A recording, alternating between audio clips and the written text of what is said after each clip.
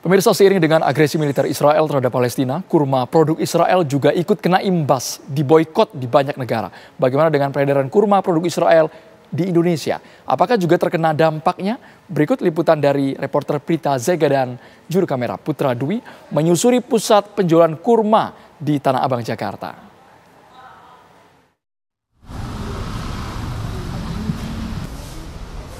Nah, pemirsa, saat ini saya sudah berada di salah satu pusat oleh-oleh haji dan juga umroh, menjadi salah satu tempat yang banyak pembeli di sini di Pasar Tanah Abang. Nah, tadi saya sudah melihat-lihat pemirsa, karena memang ada 30 merek yang diboikot oleh MUI.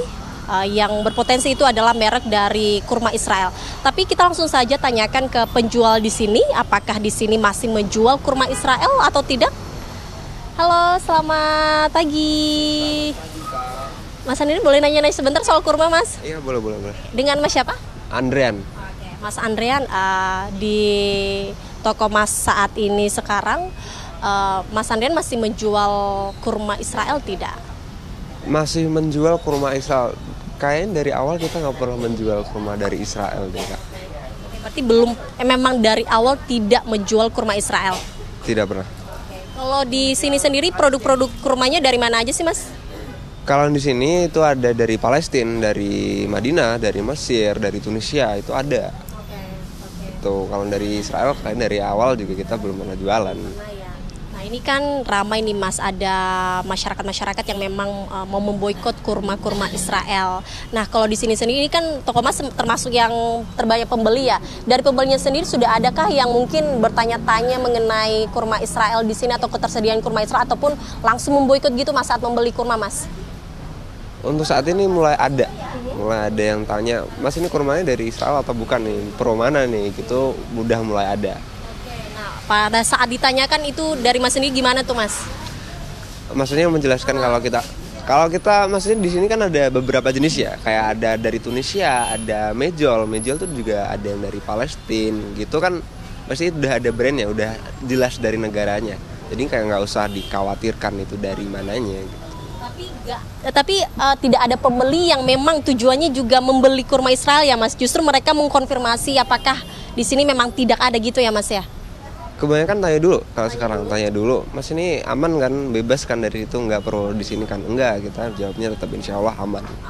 Aman. Ini dipastikan tidak menjual kurma Israel. Oke, Mas, saya boleh tahu nggak, Mas, ini gimana sih cara kita mengecek atau dari Mas sendiri biar meyakinkan pembeli kalau memang di sini tidak menjual kurma Israel? Oke, kalau dari saya pribadi, yang informasi yang kita peroleh itu kan ada beberapa brand atau merek yang udah tanda kutip udah dikasih rambu-rambu sama pemerintah. Nah, untuk teman-teman yang belum tahu bisa dicek aja brandnya, itu juga kalian udah tahu kan, maksudnya di searching juga bisa, di medsos sudah banyak banget.